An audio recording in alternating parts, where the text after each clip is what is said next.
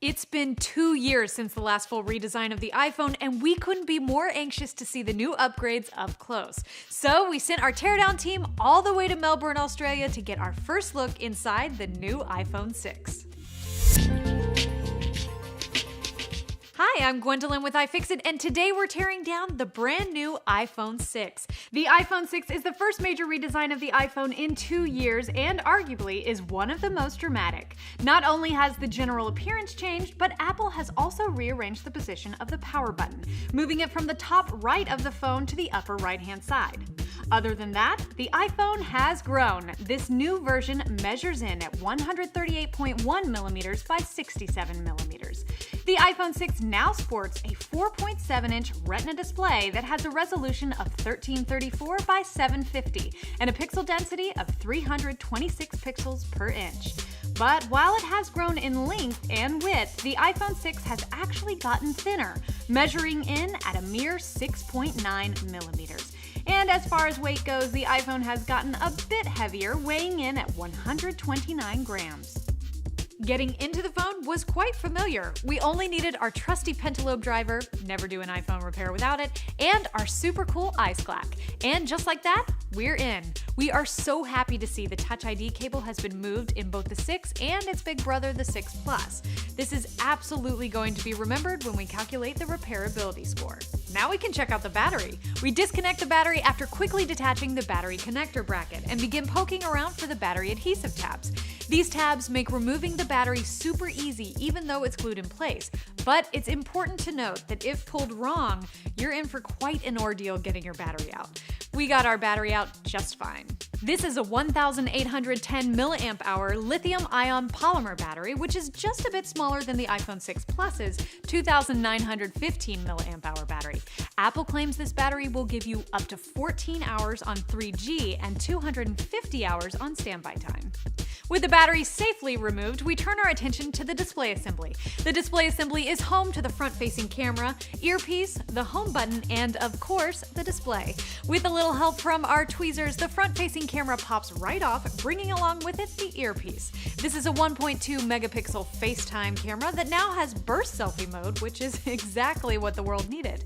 On the other side of the display assembly, we find the home button. And just like the 6 Plus, the home button is held on by a metal bracket. And once the bracket is removed, the home button pops right out. Awesome. Next up is the rear-facing camera. Though it lacks the fancy optical stabilization of the 6 Plus's camera, this camera shares virtually all the other specs. This is an 8 megapixel camera with an f2.2 aperture that also shares the 6 Plus's added feature of phase detection autofocus. And now it's time for the logic board. On board, you'll find the brand new 64-bit A8 system on a chip with presumably the same 1GB of RAM found on the iPhone 6 Plus. Other chips of note include the InvenSense MP67B 6-axis gyroscope and accelerometer combo, the 16GB of SanDisk NAND flash storage, and the NXP65V10 NFC module plus secure element, which is responsible for the 6's new NFC feature. The logic board is out, so now we can focus on the bottom of the phone where the speaker assembly, lightning, and headphone jack cables reside. It only takes a couple of screws and your fingers to remove the speaker assembly. And like the iPhone 6 Plus, the lightning connector and headphone jack are on the same cable, which is screwed and glued to the rear case. Our rear case is looking pretty bare at this point, but at the top of the phone, we still have the extremely delicate and also glued on power button and volume button cables. We've come to the end of our teardown, which means it's time to talk repairability. At iFixit, it's our mission to teach people how to repair everything, so we give every gadget we tear down a repairability score between 1 and 10. 10 being the easiest to repair and 1 being the most difficult. The iPhone 6 scored a 7 out of 10, and here's why. On the upside, the display assembly comes out of the phone first, simplifying screen repairs.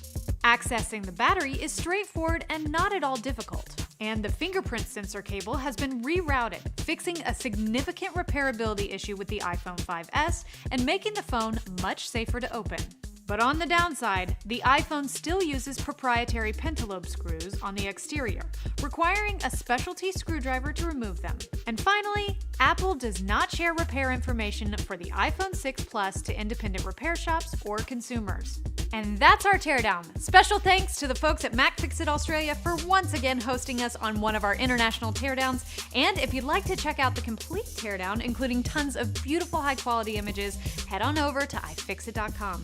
Don't forget to subscribe to our YouTube channel to stay up to date on all our latest teardowns and repair videos. You can follow us on Twitter at iFixit and give us a like on Facebook at facebook.com/iFixit.